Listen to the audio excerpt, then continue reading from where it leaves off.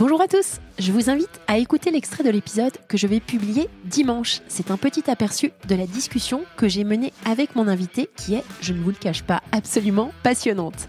Bonne écoute et à dimanche pour entendre l'intégralité de l'épisode.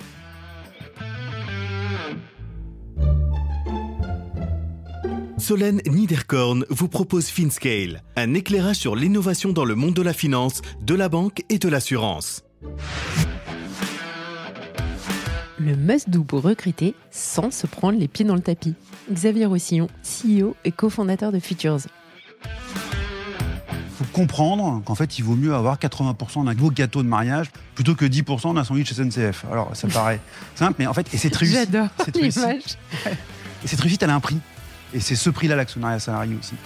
Après, ça va dépendre en fonction du secteur, de la maturité. Un fondateur de start-up, une scale-up de 150 personnes, par exemple, il aura des volontés différentes qu'une PME familiale qui a même le même nombre de salariés, parce que c'est pas la même façon de faire. Le plan d'actionnariat salarié, c'est une sacrée galère quand on ne le prépare pas, quand il est mal orchestré ou quand on informe mal ses bénéficiaires principaux, les salariés. Nous prenons beaucoup de temps pour comprendre grâce à Xavier ce qu'est l'actionnariat salarié, comment ça fonctionne, les étapes clés et les obstacles à anticiper, ou encore ce qu'impliquent les décotes de stock option. Futures a la conviction que piloter sereinement ces plans est un atout de taille pour les PME et propose à leurs clients d'automatiser et de gérer au travers de leur plateforme toute la gestion administrative et juridique des plans pour en faire un vrai outil de management. Nous détaillons spécifiquement la structuration financière qui rend cette gestion possible et la nature des sous-jacents ainsi que leur valorisation. C'est bien plus complexe que cela n'y paraît. Bonne écoute à tous.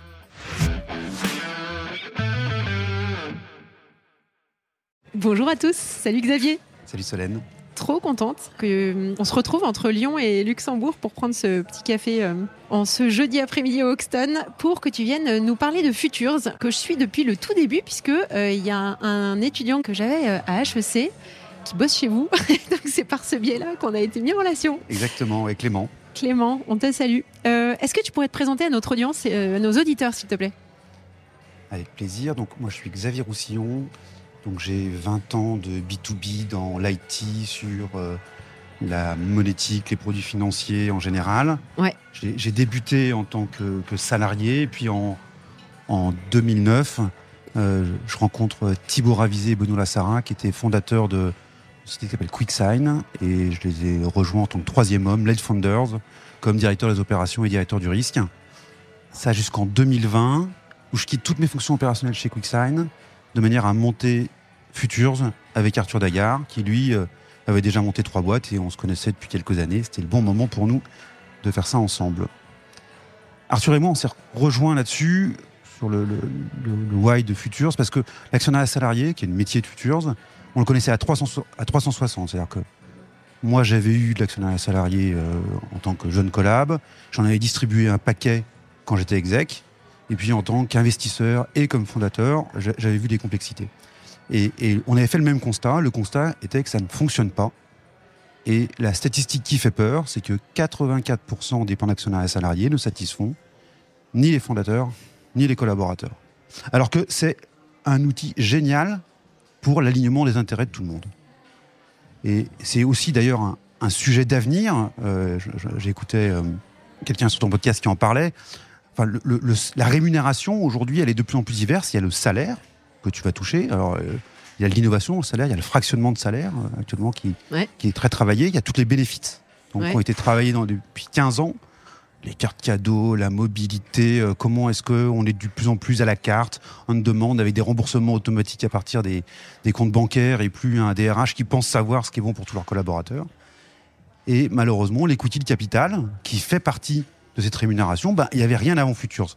Alors que c'est des enjeux qui sont colossaux, des sommes qui peuvent parfois être jusqu'à 20% de la valeur des boîtes. Et donc, chez Futures, notre ambition, c'est de faire de l'actionnariat salarié un vrai dispositif de partage de la valeur et surtout un outil de management du quotidien. Si on parle d'actionnariat salarié, est-ce que tu pourrais nous réexpliquer les objectifs quand les sociétés mettent ça en place pour d'un côté l'entreprise et de l'autre, c'est plutôt ses employés. En général, c'est mis en place pour les salariés de la boîte, mais pas que souvent. Oui, tout à fait. L'actionnariat salarié, c'est la possibilité pour les salariés de devenir actionnaires et donc, notamment dans les sociétés de croissance, d'obtenir un gain au moment de la vente de la société.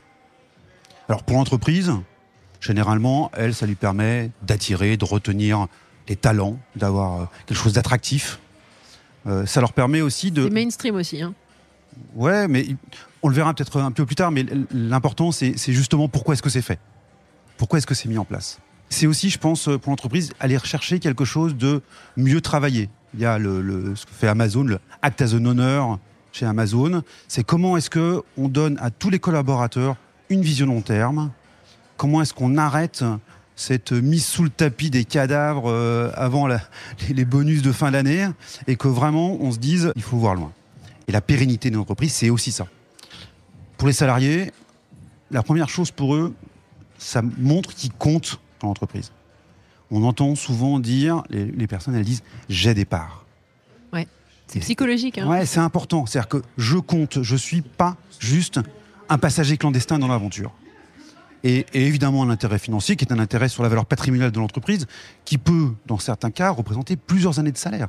Donc c'est vraiment un produit intéressant. Alors tu parlais des entreprises à forte croissance, des scale-up ou des start-up. Est-ce qu'il y a des PME, beaucoup de PME ou des ETI qui mettent ça en place en France ?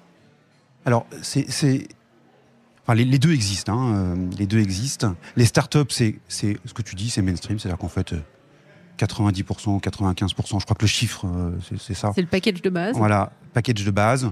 Après, est-ce que c'est bien incarné par les dirigeants ? Pas sûr. Quelles sont les volontés ?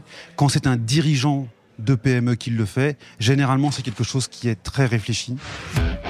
Vous venez d'entendre un extrait de l'épisode que je vais publier dans quelques jours. Alors ne restez pas trop loin de votre plateforme de podcast pour pouvoir profiter de tout l'enregistrement.